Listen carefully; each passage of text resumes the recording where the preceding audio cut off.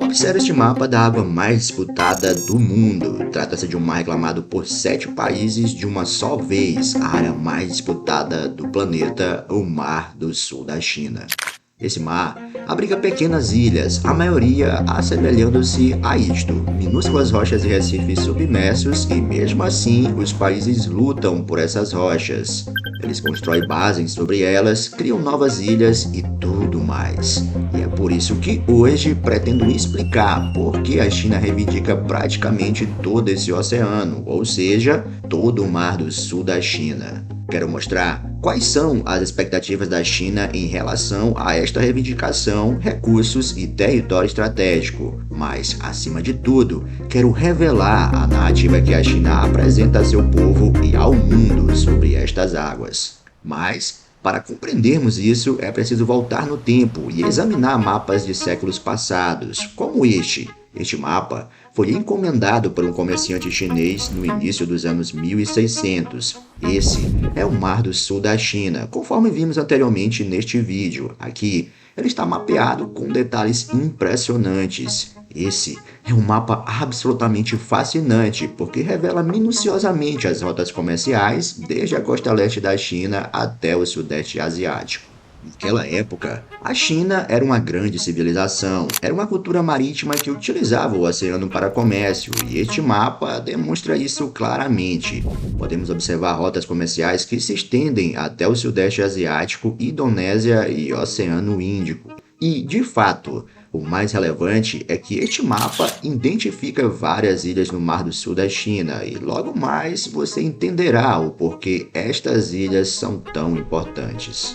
Pois é, naquela época, os comerciantes e exploradores chineses estavam cientes destas ilhas, porém, era dito que ninguém residia nelas, mesmo apesar dos marinheiros pararem nelas quando o tempo ficava ruim e por serem um ótimo local para a pesca. Tão tal que arqueólogos descobriram cerâmica chinesa, tigelas e moedas nessas ilhas. Contudo, naquela época, o Império Chinês não tinha interesse em reivindicar essas ilhas, afinal, não havia qualquer conceito de valor associado a elas. Elas eram meramente algumas rochas perdidas no oceano, e realmente este mapa serve como boa evidência disso, pois estão claros os padrões comerciais existentes. Temos provas de comércio, mas não de posse ou ocupação, porque ninguém parecia dar importância a essas minúsculas ilhas até a chegada dos franceses ao Sudeste Asiático. Sua marinha começa a colonizar o que era chamado de Indochina, o que hoje é o atual Vietnã. Isso, evidentemente, os coloca em confronto direto com a China, e nos anos 30, a França reivindicou essas ilhas, com isso provocando a irritação da China e do Japão. Essas ilhas então tornaram-se estratégicas para esses impérios. Nesse momento, o pessoal da Grã-Bretanha, Paris e Estados Unidos ponderam quem irá controlar essas ilhas no Mar do Sul da China. Desse modo, o Japão, que seguia os passos dos impérios europeus, começou a expandir o seu próprio império. Então, no final dos anos 30, o Japão avança rapidamente sobre toda essa região, incluindo várias ilhas no Mar do Sul da China. Os japoneses iniciaram levantamentos e consideraram que poderiam usar essas áreas como portos de hidroaviões ou docas para submarinos, e foi assim que durante a Segunda Guerra Mundial o Mar do Sul da China transformou-se praticamente num lago japonês. Essa foi a primeira vez que uma potência controla quase toda a costa desse mar. Contudo, eventualmente, os Estados Unidos entram na Segunda Guerra Mundial e conseguem repelir o Japão, obrigando o Japão a abdicar do domínio sobre todo esse território conquistado durante o conflito, incluindo as referidas ilhas no Mar do Sul da China. E, de fato, a Segunda Guerra Mundial evidenciou claramente a importância dessas ilhas rochosas. Elas são pontos estratégicos numa interseção crucial no mundo. Também demonstrou que se um país não as reivindicar, alguém mais o fará. E assim, começa uma corrida por essas ilhas. A China acredita que a maior parte pertence a ela. E vocês se recordam dos mapas e da cerâmica? Pois é.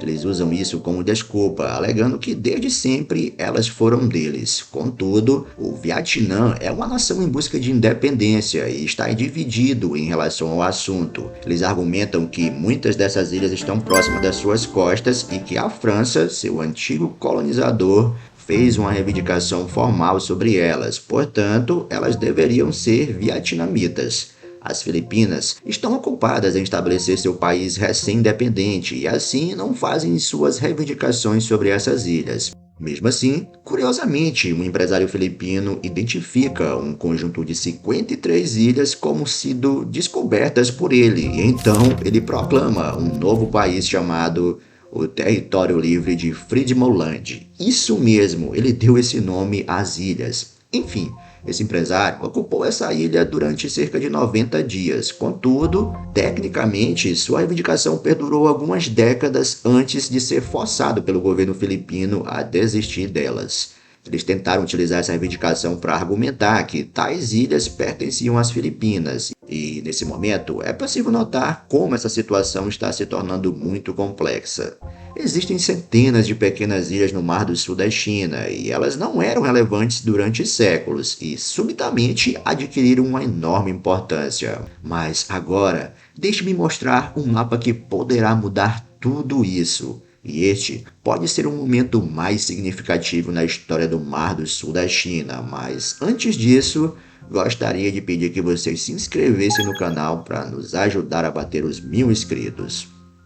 Enfim, vamos voltar para a China. Pois é, na verdade, não apenas uma China, há duas. E olhe para esse momento. E logo após a Segunda Guerra Mundial, no final da década de 1940, o governo nacionalista, o que se conhece como a República da China, acabou assumindo o papel de governo principal no país. E nesse contexto, ocorre uma revolução comunista, com diversos revolucionários a lutar pela derrubada do regime. Trata-se de uma guerra civil. Contudo, mesmo em meio a este conflito interno, os nacionalistas da República da China não estão dispostos a permitir que outros países reivindiquem as ilhas. Assim, eles enviam a sua marinha para algumas das maiores ilhas controladas por esses grupos.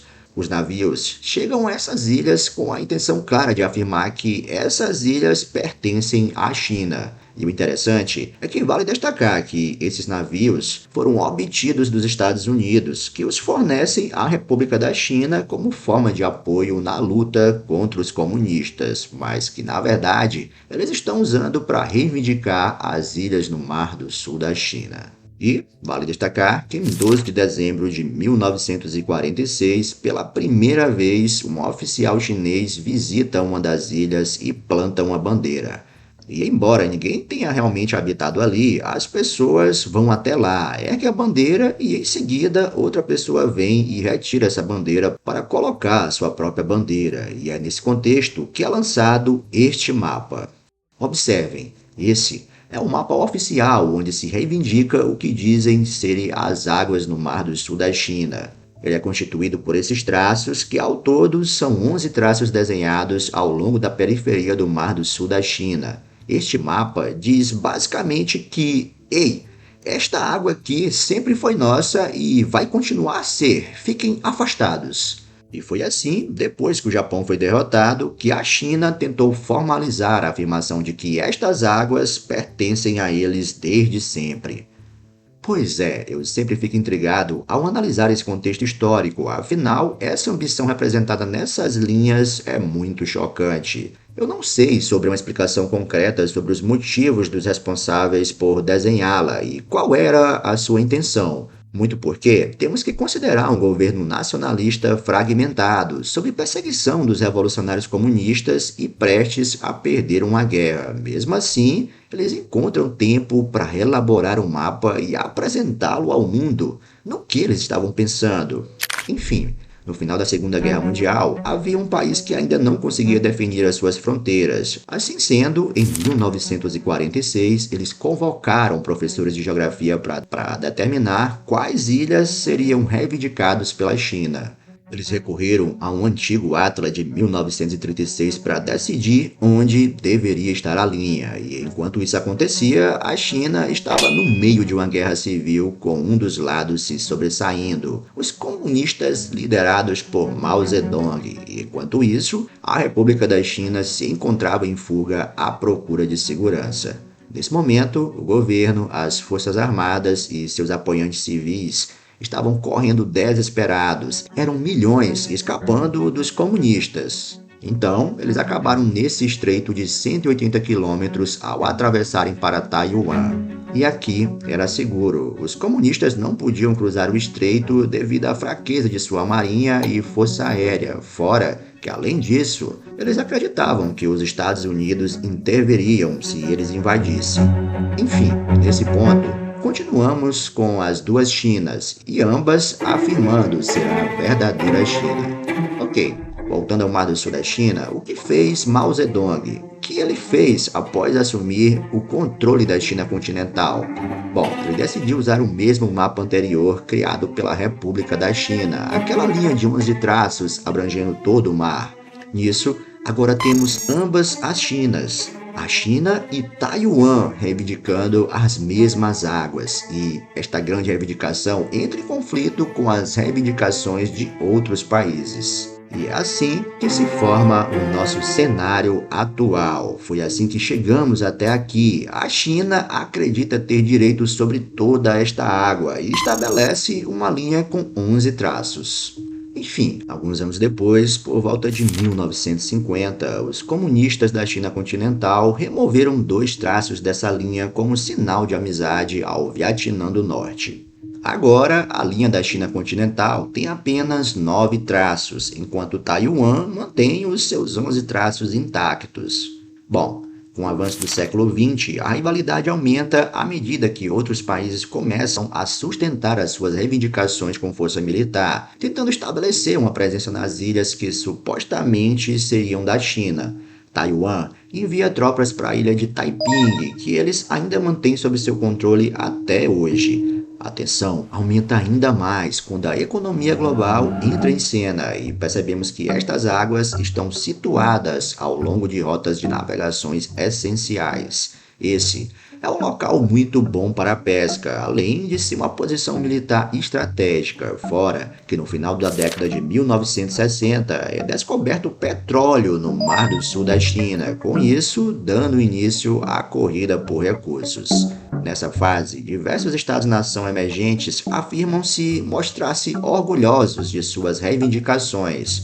O Vietnã do Sul tenta concretizar sua presença nas ilhas de Spratly, enviando os colonos e colaborando com empresas de petróleo estrangeiras para realizar perfurações de petróleo. A China também começa a perfurar nos Paracels. Nesse momento, há muitos pescadores chineses na área, o que provoca o descontentamento do Vietnã do Sul, que decide enviar o seu exército para expulsar esses pescadores. Esta ação não agrada à China, que responde enviando 6 navios de guerra e 2 aviões de apoio para confrontar os vietnamitas do Sul, assumindo assim o controle total das ilhas e resultando num confronto onde 70 soldados vietnamitas perdem a vida. Depois deste episódio, a China opta por não recuar, começa a construir mais infraestruturas nessas ilhas, estabelecendo assim uma presença permanente e exercendo o controle sobre elas. Ao longo dos anos, as ilhas ficam cheias de bases militares e postos avançados, e nesse ponto, essas ilhas tornam-se um espaço concorrido, onde todos lutam por petróleo, rotas de navegação, minerais ou uma localização militar estratégica. Bom, não é nem preciso dizer que esta abordagem não é eficaz na resolução de disputas territoriais marítimas.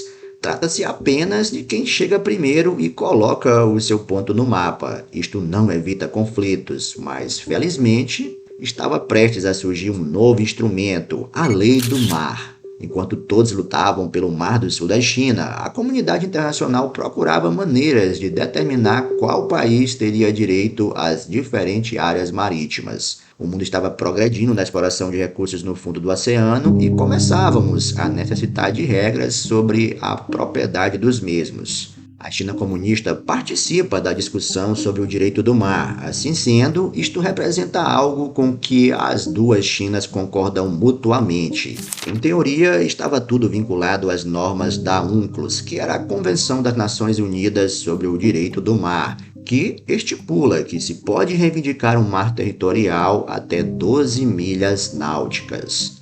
Possível fazer uma reclamação sobre recursos até 200 milhas náuticas. No entanto, isso não se alinha com as reivindicações dessa linha em forma de U, e, de fato, quase todos os países do mundo aceitaram isso. Eles ratificaram a UNCLOS, exceto os Estados Unidos. Sim, os Estados Unidos, embora eles respeitem as normas da UNCLOS, nunca ratificaram este acordo, algo característico da postura americana. Eles desejam preservar a ordem global, mas relutam em aceitar todas as leis, porque não querem sentir-se restringidos.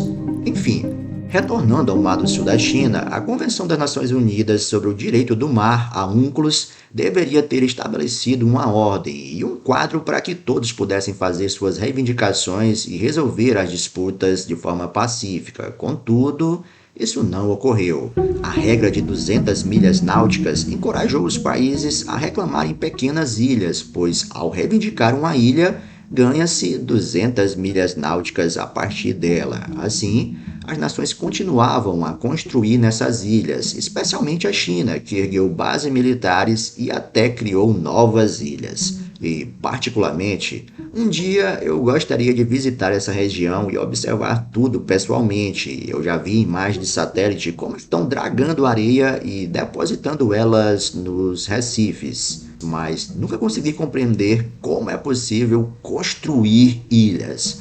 Pois é, agora a China afirma que não se trata apenas de uma ilha isolada, mas sim de um grupo de ilhas, e se forem vários, eles poderiam traçar uma linha em volta do conjunto e fazer uma reivindicação a partir daí, não é?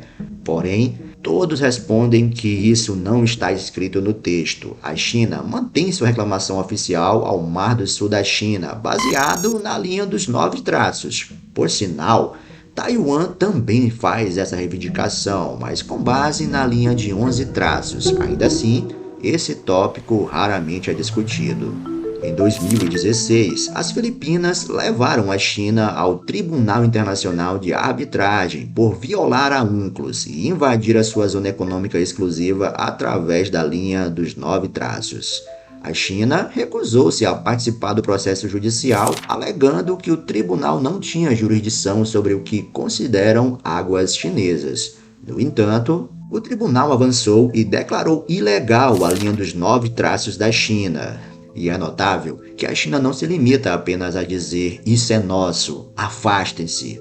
Devido à sua marinha maior, eles também argumentam que suas ações são legais. Contudo, outros países não aceitam esses argumentos jurídicos. E o interessante é que, analisando o argumento legal apresentado pelo governo chinês durante este tribunal, ele basicamente reconta a narrativa que discutimos anteriormente.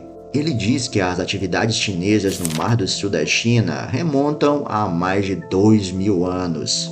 Eles afirmam ser o primeiro país a descobrir essas ilhas, nomear e explorar os seus recursos nesta área marítima. E eles foram o primeiro a exercer poderes soberanos sobre essas ilhas.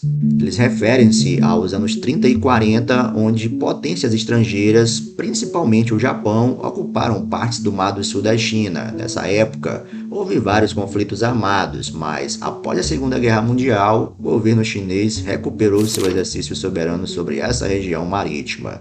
Essa narrativa é fundamental para as suas reivindicações e, de fato, no fundo, estamos perante uma discussão acerca da posse individual de cada rocha ou recife. A China tem um argumento sólido ao afirmar primeiro país a colocar uma bandeira em certas rochas ou recifes e manter presença lá posteriormente. Contudo, se mapas antigos, cerâmicas ou atividades pesqueiras datados há milhares de anos servirem para fundamentar uma reivindicação marítima moderna, então outros países, como o Vietnã ou mesmo as Filipinas, poderiam apresentar reivindicações semelhantes. E de fato, uma coisa que eu aprendi aqui é que determinar quem chegou primeiro não é uma forma eficaz de resolver disputas territoriais, pois você sempre pode voltar mais longe. Apesar disso, a China mantém a sua afirmação sobre a linha dos 9 traços, mesmo que isso gere tensão com quase todos os seus vizinhos. Este é um aspecto significativo destas águas, e é por isso que iniciamos esse vídeo apresentando mapas antigos e cerâmica. Os 9 traços da China no mapa não são meramente uma questão legal, mas sim uma questão de identidade nacional. Fazem parte da narrativa histórica do país enquanto civilização contínua ao longo de milhares de anos. Contudo, esta também é a história e a reivindicação de Taiwan. Ainda assim, quando Xi Jinping fala sobre o grande rejuvenescimento da nação chinesa, há um componente territorial subjacente. A linha em forma de U está agora impressa em todos os passaportes chineses. Ela permanece bastante viva e é parte integrante da campanha de educação patriótica chinesa. As crianças chinesas aprendem desde cedo sobre esta linha e são ensinados que a China foi humilhada por potências estrangeiras, o que simboliza a sua aspiração em se tornar um Estado-nação respeitado. Essa reivindicação, juntamente com outras na região, contribui para um grande aumento nas tensões ao longo dos anos, que agora estão a aumentar cada vez mais. E se você quer saber mais sobre essas tensões que estão a intensificar-se, como barcos da guarda costeira chinesa têm colidido com embarcações filipinas utilizando facas para furar as balsas filipinas, e por que as Filipinas estão revidando, não deixe de pedir aqui uma parte 2 desse vídeo. Enfim, não se esqueça de se inscrever e espero vê-lo no próximo vídeo. Um forte abraço e fiquem com Deus. Valeu!